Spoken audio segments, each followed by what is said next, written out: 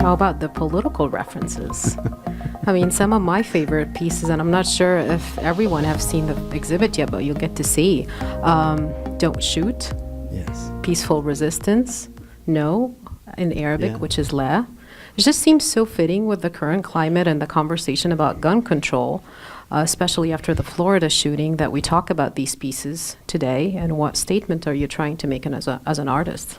Yeah, well, I think we are products of our environment. Just as humans, we are products of our environments. And I think the artist cannot be dissociated from the surroundings. It's really important for the artist. I mean, art is a way to express, but it cannot be an ivory tower approach.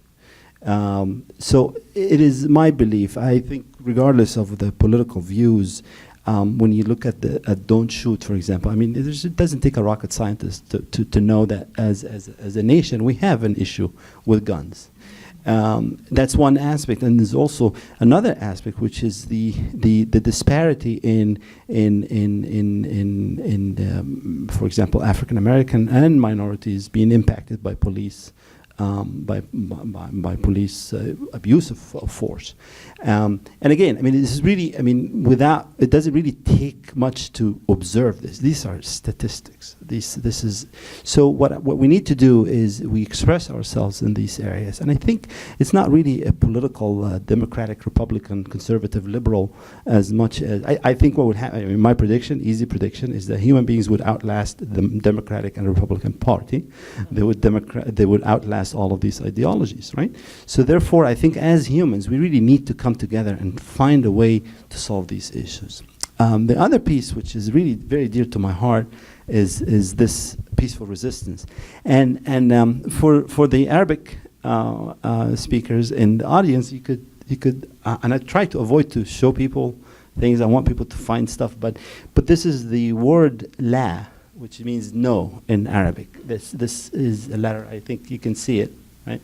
So, and you could see here there's an image of a dove up there, and I thought, when I saw this, I just immediately I remembered the Egyptian Revolution. The Egyptian Revolution was a peaceful resistance. It's a movement by beautiful young individuals who needed nothing but freedom and justice. So it just spoke out. I mean, the next thing would be January 25th would have been the next thing that I wanted to see here. But this is really, for me, was something that I connected immediately with. And then we have, Dr. Iba Hathout saw this, and she said, "Oh, this is a wishbone, and it's a wish for peace." So I think that there's so many things, and then of course someone else looked at this upside down and saw an octopus. So it's versatile, but the political statement here is something that I personally feel. A lot of the images and a lot of the names are given based on a feeling or an emotion that I would have at the moment I capture the image. Is it the same for your environmental and climate change statement in the piece Santa Ana, referring to the recent wildfire? Yes. In Orange County? Exactly. I mean, the Santa Ana picture I took, I took the picture many years ago, but the digital manipulation that resulted in this fiery appearance took place around the time of the Santa Ana fires that happened back in December, and it's part of the feelings and the emotions that you go through as an individual, as a human being affected by your environment.